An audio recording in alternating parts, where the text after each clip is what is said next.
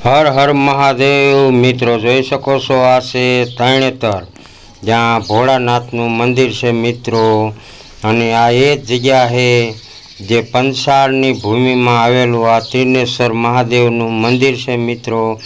અને અહીંયા સોમવારે અત્યારે માણસો નાવા કણની અંદર આવ્યા છે મિત્રો, તમે જોઈ શકો છો. અને આ મંદિરની ધજા છે 52 ગજની. અને મિત્રો અહીંયા ભાદરવી પાંચમે એટલે કે મેળો મોટો તરણેતરનો ભરાય છે મિત્રો. તો એ મેળાનો ટાઈમ પણ હવે આવી રહ્યો છે. ભાદરવી પાંચમના દિવસે અહીંયા મેળો ભરાય.